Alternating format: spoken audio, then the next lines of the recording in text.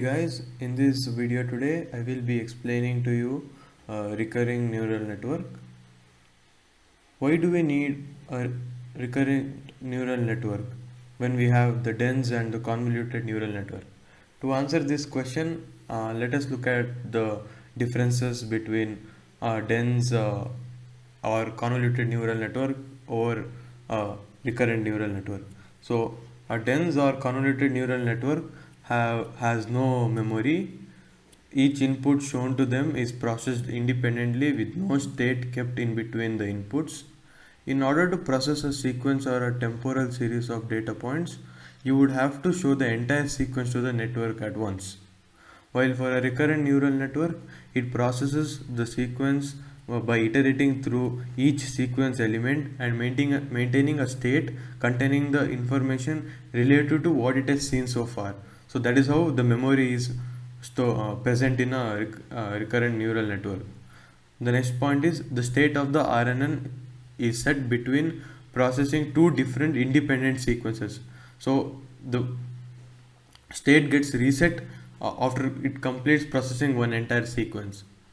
The data point is no longer processed in a single step, rather the network internally loops over the sequence elements. Now going over to the pseudocode for RNN implementation. Over here, state T contains the information related to what it has seen so far. For the first time step, the previous output isn't defined, hence there is no current state, so you set it to 0. Now the function f is responsible for transformation of the input and state into an output by the parameterized matrices w and u and the bias vector. The result of the function f is stored in a variable output t. Then the state of the neural network is changed to the output t. To make these notions absolutely unambiguous, let's write a naive NumPy implementation of the forward pass of the simple RNN. You import a couple of libraries in the beginning, then declare the variable time steps equal to 100, where time steps is the number of time steps in the input sequence. For the sake of the example, let us set the input sequence as a random NumPy array. We also generate random weight matrices W and U using the NumPy random.random and a bias vector B, which is also a random NumPy array. Over here we have taken the function f as the tan hyperbolic function from the Keras activations, and the dot product is done through the NumPy np function. Hence the output will combine the input with the current state to obtain the current output, where the current state is the previous output. The all outputs array contains all the previous outputs concatenated together using the np.as array, and the final output will be this concatenated array. You could also choose the last element of the all outputs, because the last element would be having the whole history or the past memory of the entire processing of all the sequences. Here is a diagrammatic representation of a RNN. Each time step t in the output tensor contains information about time steps 0 to t about the entire past. In many cases, we don't even need this full sequence of outputs, as I told you before. You just need the last output because it already contains the information about the entire sequence. There would be many unnecessary information in the all output vector if you consider the whole thing as the state vector. Like all recurrent layers in Keras, simple RNN can be run in two different modes.